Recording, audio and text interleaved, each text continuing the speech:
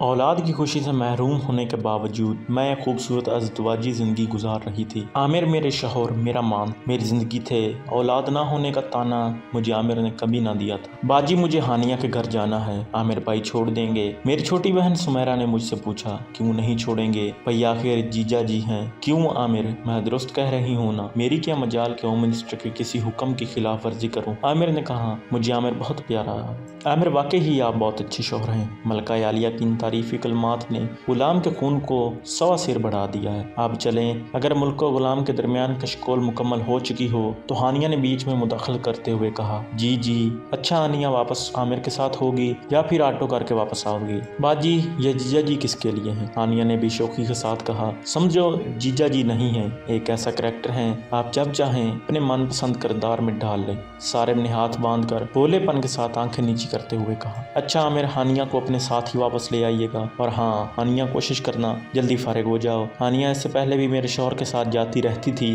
مجھ سے امی نے ایک دو دفعہ کہا بھی تھا، ہانیہ کو عامر کے ساتھ مت بھیجا کرو، یہ مناسب نہیں ہے، مگر میں نے امی کو یہ کہہ کر خاموش کرا دیا کہ امی، عامر بہت مضبوط کردار کے مالک ہیں، اور ہماری ہانیہ بھی ماشاءاللہ سمجھدار ہے۔ کوئی اور اگر مجھے کہتا کہ احتیاط کیا کرو تو میں بہت ترش جواب دیتی کہ یہ گندگی تمہاری آنکھوں اور دماغ میں ہے، تمہارے گھر کے مرد ایسا ہی کرتے ہوں گے۔ عامر ہانیہ کو ایسے ہی چاہتے ہیں جیسے کوئی بھائی اپنی سگی بہن کو چاہتا ہو، بلکہ شاید اتنا اعتماد سگے بھائی پر بھی میں نہیں کیا جا سکتا جتنا میں عامر پر کرتی ہوں۔ دن یوں ہی گزرتے رہے۔ عامر اور ہانیہ کے شوخ جملوں کو سن کر میں بھی بہت محظوظ ہوتی تھی۔ پھر جو کچھ ہوا اس کا نہ میں نے کبھی سوچا تھا، نہ کبھی میرے وہم و گمان میں تھا۔ اس دن لائٹ نہیں تھی۔ عامر اپنا موبائل گھر میں چھوڑ کر باہر گئے ہوئے تھے۔ میں نے وقت پاس کرنے کے لیے وہ موبائل اٹھا لیا، ویڈیو گیلری کے بعد گانے سننے کے لیے آڈیو لگائی تو ایک عجیب آڈیو تھی۔ یہ آواز تو ہانیہ کی تھی۔ وہ عامر سے کہہ رہی تھی، عامر، اب میں آپ کے سوا کسی سے شادی نہیں کر سکتی، مجھے آپ سے محبت ہو چکی ہے۔ آپ کی گفتگو بتا رہی تھی کہ بات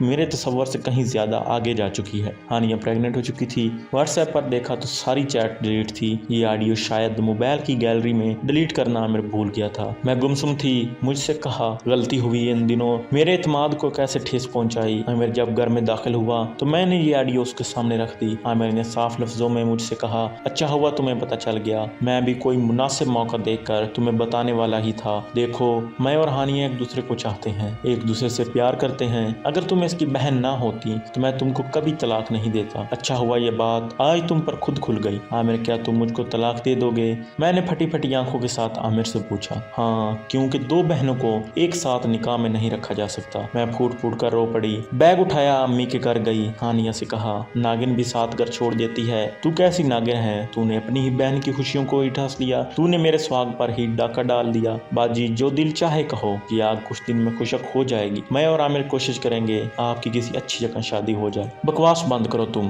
اور عامر دونوں ہی گندے ہو، نام مت لینا آئندہ اپنی غلیظ زبان سے میرا۔ میں نے ہانیہ کے بال پکڑ کر جھٹکا۔ ہانیہ نے بھی میرا لحاظ نہیں کیا اور مجھے دھکا دے کر کمرے سے نکل گئی۔ سب کچھ تو میرا لٹ چکا تھا، اب مجھے تنہا اسی آگ میں جلنا تھا۔ طلاق کے کاغذات مجھ تک پہنچ چکے تھے۔ ہانیہ اور عامر نے باقاعدہ کورٹ میرج کر دی۔ اب میں ایک ایسی آگ میں جل رہی ہوں جس کے شعلوں کو خود میں نے ہوا دی تھی۔ میں ہی تو کہتی تھی عامر بہت باکردار ہے۔ ہانیہ نے ایک، گندگی تو لوگوں کے دماغوں اور آنکھوں میں ہوتی ہے۔ نہیں، یہ تو ہونا ہی تھا، میں ہی تو تھی ان شعلوں کی پرورش کرنے والی۔ شریعت کی اگر میں نے بات مانی ہوتی تو آج میں ان شعلوں میں نہ جلنا پڑتا۔ شیطان اور نفس دونوں کو موقع دینا ہی سنگین غلطی ہے۔